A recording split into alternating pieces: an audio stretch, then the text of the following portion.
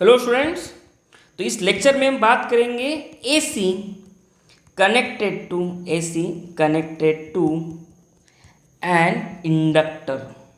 ठीक है, जब हम एसी सप्लाई एक इंडक्टर को देते हैं तो क्या क्या सर्किट बनते हैं, कैसा सर्किट बनता है, कैसे फेजर डायग्राम बनते हैं और किस प्रकार से वेवफॉर्म बनता है, उसके बारे में डिस्कस करेंगे। तो ये बच्चों, ये एचएससी बोर्ड मास्टर सीरीज में 3 मार्क के लिए पूछा जा सकता है 2024 में। तो इसको अगर आप सॉल्व, ये क्वेश्चन अगर आपको दिखता है तो इसको सॉल्व कैसे करोगे, समझो। सबसे पहले हमें निकालनी होती है डायग्राम। सबसे पहले क्या निकालनी होती है? डायग्राम निकालो बच्चों। पहले एक inductor low, this is the inductor जिसकी वैल्यू L हेनरी है।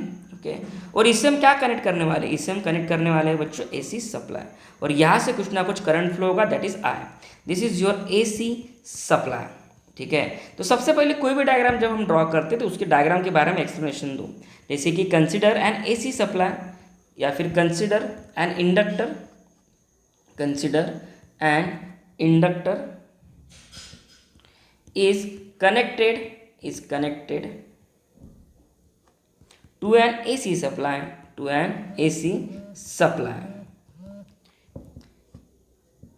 where connected to an AC supply, V equals to, AC supply का नाम भी तो देना पड़ेगा ना, V equals to VP sine omega t. V equals to what? VP sine omega t. और यहाँ पे हमें ये बताना पड़ेगा कि VP क्या है बच्चों। तो ये VP होता है पीक वैल्यू ऑफ वोल्टेज। क्या होता है ये? Peak value of voltage supply या एसी। और ओमेगा क्या होता है? ओमेगा इज योर बच्चों एंगुलर फ्रीक्वेंसी। क्या होता है? Angular frequency. नेक्स्ट, आगे बढ़ते हैं। अब जब भी हम सर्किट में इंडक्टर कनेक्ट करते हैं तो वहाँ पे लेंज़स लॉ के अकॉर्डिंग एन ईएमएफ इंड्यूस होता है। क्या ईएमएफ क्या होता है बच्चों? ईएमएफ इंड्यूस होता है। तो हम ऐसा लिख सकते हैं, from Lenz's law, induced EMF is given by, इसको मैं ऐसा लिखता हूँ, इंड्यूस ईएमएफ को ई लिखता हूँ। अब ये इंड्यूस ईएमएफ जो होता है बच्चों, वो होता है -L di/dt। अब ये क्या चीज़ है सर? Induce EMF. समझो, बड़ा ही सिंपल सा कॉन्सेप्ट है। जब भी हम किसी इंडक्टर में करंट फ्लो करवाएंगे तो बच्चों इसके अंदर ही वोल्टेज जनरेट हो जाता है, उसको कहते हैं इंड्यूस ईएमएफ। और इसके बारे में मैं डिस्कशन करूंगा बहुत अच्छे से, बहुत डिटेल में EMI चैप्टर में, दैट इज इलेक्ट्रोमैग्नेटिक इंडक्शन के बारे में। इससे हम यहाँ पे डिस्कस नहीं करेंगे। आप बस इतना समझो कि जितना वोल्टेज इसमें इंड्यूस होगा या जनरेट होगा वो डायरेक्टली प्रोपोर्शनल टू रहेगा L के साथ। और ये di/dt क्या है? चलो मैं लिख लेता हूँ यहाँ पे, where L is inductance. L is what? Inductance of inductor. Next, अब ये di/dt क्या है बच्चों? अब ये di/dt क्या है? अब ये भी समझो, di/dt क्या है? di/dt मतलब rate of change of current, rate of change of what? Current, rate of change of current. चलो नेक्स्ट, अब होता क्या है बच्चों, ये जो इंड्यूस वोल्टेज है आपका, यानी कि E, ये जो वोल्टेज इंड्यूस हुआ ये एक्चुअली जो इसको बनाता है ना, ये उससे ही अपोज करता है। मैंने क्या कहा? ये जो इंड्यूस ईएमएफ है, ये जो इंड्यूस वोल्टेज है, इसे जो भी बनाता है वो उससे ही अपोज करता है। तो इसे एक्चुअली बनाया किसने? एसी सप्लाई वोल्टेज ने। यानी कि क्या कहा इसका? और एक चीज़ जिसके इसको बनाया उससे वो अपोज भी करता है, और उसका मैग्नीट्यूड यानी कि इंड्यूस ईएमएफ का मैग्नीट्यूड, ये सप्लाई वोल्टेज यानी कि सप्लाई वोल्टेज आपका क्या है? V, उसके बराबर होता है, पहली बात। और जो इसे बनाता है ना, वो ये जो आपका ईएमएफ है, जो इंड्यूस है, जिसने इसको बनाया, ये उसी को ही अपोज करता है। क्या करता है? अपोज। तो यहाँ पे बच्चों नेगेटिव साइन आती है। मैं आपको फिर से समझाता हूँ, ये चीज़ ये समझना बहुत ज़रूरी है। ये जो इंड्यूस ईएमएफ है, या इस चीज़ को लिखो मत, सिर्फ याद में रखना, इंड्यूस ईएमएफ जो है इसका मैग्नीट्यूड ये सप्लाई वोल्टेज के बराबर रहेगा, और साथ ही साथ नेगेटिव साइन आएंगी। क्यों? जो भी वोल्टेज इंड्यूस ईएमएफ को बनाता है वो उससे ही अपोज करता है। आया ध्यान में? नेक्स्ट, अब ये जो आपका सप्लाई, ये जो इंड्यूस ईएमएफ है, ये must be induce EMF must be equal and opposite equal and opposite to supply voltage. ठीक है, तो इसलिए बच्चों मैंने क्या लिखा है यहाँ पे E equals to minus V. तो ये स्टेटमेंट को अच्छे से याद रखना, ये बहुत ज़रूरी स्टेटमेंट है इंडक्टर के केस में। तो मैं यहाँ से लिख सकता हूँ E equals to minus V, और V की जगह क्या लिख सकते हैं हम, VP साइन ओमेगा टी। चलो अब बच्चों ये डेटा को इसको इक्वेशन नंबर 2 देते हैं और इसको इक्वेशन नंबर 1 दे देंगे, इसको इक्वेशन नंबर क्या दे देंगे 1।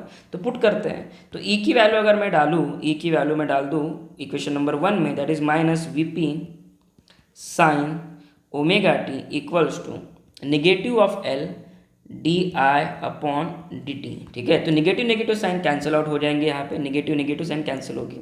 ये dt को मैं इधर साइड भेज देता हूँ, तो ये कुछ ऐसे आएगा क्या, VP sine omega t dt। तो ये L को मैं नीचे लेके आता हूँ, तो ये L कुछ ऐसे दिखाई देगा, दिस इज di। अब मैं दोनों साइड से इंटीग्रेट करता हूँ, मैं दोनों साइड से क्या करता हूँ बच्चों भी, इंटीग्रेट करता हूँ। तो taking integration on both side, taking, ये पेन थोड़ा डल लग रहा है मेरे को, taking integration on both side. ठीक है, तो ये क्या होगा, इंटीग्रेशन अगर लूँ मैं, तो इंटीग्रेशन ऑफ बच्चों VP upon L sine omega t dt equals to integration of dt। ठीक है, तो टाइम का इंटीग्रेशन जो है, चलो एक सेकंड और एक चीज़ यहाँ पे रहेगी, यहाँ पे टाइम कैसे आ गया, अरे di आ गया ना, इंटीग्रेशन ऑफ di। तो यहाँ पे VP अपॉन L एक कांस्टेंट टर्म है, तो इसको मैं बाहर निकालता हूँ, VP upon L। Sine omega T का इंटीग्रेशन क्या आएगा बच्चों, साइन का इंटीग्रेशन आता है cos omega t minus cos omega t, और ये जो ओमेगा है इसको हम कहाँ लिखेंगे, नीचे लिखेंगे।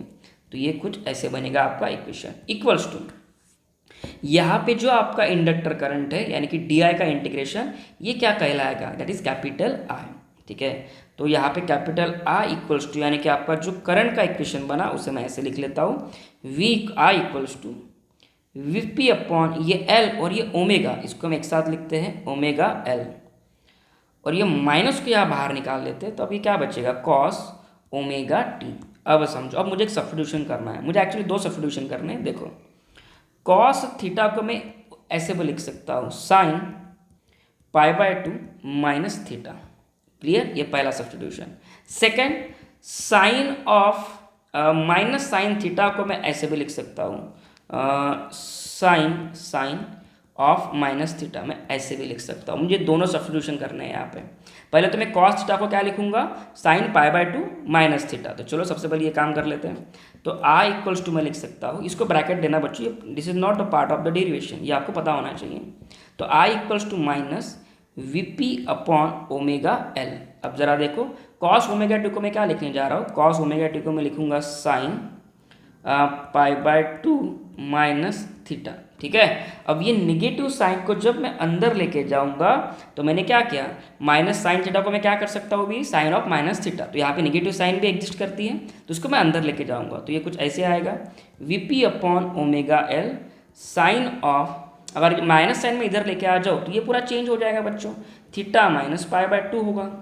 क्लियर, तो यहाँ पे थीटा की वैल्यू क्या थी, हमारी थीटा की वैल्यू ओमेगा टी थी। तो मैं इसको से लिख लेता हूँ। थोड़ा बैंड का आवाज़ आएगा क्योंकि आज पोला है, थोड़ा सेलिब्रेशन चल रहा है, तो आपको मैं बोल देता हूँ happy Pola to all of you. ठीक आहे, पोळ्याच्या हार्दिक शुभेच्छा तुम्हाला सगळ्यांना। Next, VP upon omega L, थोड़ा आवाज़ को इग्नोर कर देना बच्चों, कुछ नहीं कर सकते अभी हम। Sine omega t minus π/2। ठीक है, अब ये ओमेगा L क्या चीज़ होती है बच्चों, तो ये ओमेगा L कहलाता है आपका इंडक्टिव रिएक्टेंस, इसको मैं लिखता हूँ XL, और XL होता है आपका इंडक्टिव क्या चीज़, इंडक्टिव रिएक्टेंस। और इसका यूनिट क्या होता है बच्चों, तो इसका यूनिट होता है ओहम। क्या होता है यूनिट इसका, ओहम। ठीक है, चलो आगे बढ़ते हैं। तो मैं लिखता हूँ अभी I equals to VP upon XL sine omega t minus π/2। ठीक है, अब हमें दोनों इक्वेशन मिल गए, करंट का भी और वोल्टेज का भी, तो हम यहाँ पे वेव फॉर्म ड्रॉ कर सकते हैं। तो अब बात करते हैं बच्चों वेव फॉर्म के बारे में। वेव फॉर्म, अब अगर मुझे वेव फॉर्म निकालना है सबसे पहले, तो मैं निकालूंगा, ये रहा आपका एक रेफरेंस ओमेगा टी। कोई भी वेव फॉर्म निकालने से पहले आपको दोनों इक्वेशन पता होनी चाहिए, जैसे करंट का इक्वेशन पता होना चाहिए और वोल्टेज का भी पता होना चाहिए। तो सप्लाई वोल्टेज का इक्वेशन क्या था, V equals to V P sine omega t, और करंट का इक्वेशन क्या बना, I equals to I P, एक second, sine omega t minus pi by two, ये हुआ। चलो पहले वोल्टेज का इक्वेशन बना लेते हैं। वोल्टेज का ग्राफ कैसे आएगा, सिंपल, जैसे साइनोसाइडल कर्व, तो ये ग्राफ बच्चों ऐसे आएगा, दिस इज वोल्टेज का ग्राफ। तो ये peak value of voltage, this is V P. तो ये मैं लिखता हूँ V equals to V P sine omega t. अब करंट का ग्राफ भी ड्रॉ करना पड़ेगा, लेकिन करंट का ग्राफ देखो साइनोसाइडल तो है, लेकिन यहाँ पे क्या है, माइनस पाई बाय टू। तो बच्चों ये ग्राफ ऐसे दिखाई देता है, देखो पहले इसको मैं नाम ले लेता हूँ अच्छे से, this is 0, this is pi by two, ये है आपका पाई और ये है आपका 2 पाई और ये 3 पाई बाय टू। चलो ठीक है, माइनस पाई बाय टू का मतलब है कि आपका करंट जो है वो लैग होता है और 90 डिग्री से लैग होता है और 90 डिग्री से स्टार्ट होगा, यानी कि वो करंट का इक्वेशन ऐसे आएगा, ये ऐसा ग्राफ आएगा बच्चों करंट का। This is the graph of what, current, that is I equals to I P sine omega t, जो कहाँ से स्टार्ट होगा बच्चों, लेट स्टार्ट होगा, 90 डिग्री के बाद स्टार्ट होगा, ठीक है। तो यहाँ पे सबसे पहले ग्राफ कौन सा स्टार्ट हुआ, वोल्टेज का ग्राफ स्टार्ट हुआ, बाद में करंट का ग्राफ स्टार्ट हुआ। इसलिए इसमें ऐसा कहा जाता है इंडक्टर के केस में कि वोल्टेज लीड करंट बाय कितने एंगल से, by an angle of 90 degree. क्या है, बहुत सिंपल था, सिंपल वेवफॉर्म था इसका। और इसका अगर मैं फेजर डायग्राम बनाऊँ तो फेजर डायग्राम बच्चों कुछ ऐसा बनेगा, ठीक है। ये टी, अगर मान लो कि ये फेजर है वोल्टेज का, this is the phasor of what, voltage, V equals to V P sine omega t. तो करंट का फेजर इसके पीछे आएगा। एक्चुअली जो फेजर होता है ये रोटेटिंग वेक्टर होता है, तो ये डायरेक्शन में रोटेट हो रहा है ये, ठीक है, एंटी क्लॉकवाइज डायरेक्शन में ये रोटेट हो रहा है। तो यहाँ पे करंट का फेजर इसके पीछे आएगा और पीछे 90 डिग्री से आएगा, तो this is the value of current, ठीक है। ये I equals to I P sine omega t minus pi by two. अगर प्लस पाई बाय टू होता तो यही ग्राफ, ये जो करंट है आपका आगे आता, क्लियर। तो ये रहा बच्चों फेजर डायग्राम, ठीक है, this is what omega T, ये एंगल कितना है, ओमेगा टी, क्लियर। तो चलो thank you so much for watching this video. ऐसे ही वीडियो देखते रहो। HSC बोर्ड के मैं पूरा टॉपिक कवर करवा के दूंगा ताकि आपको बोर्ड में अच्छे से अच्छे मार्क आए बच्चों।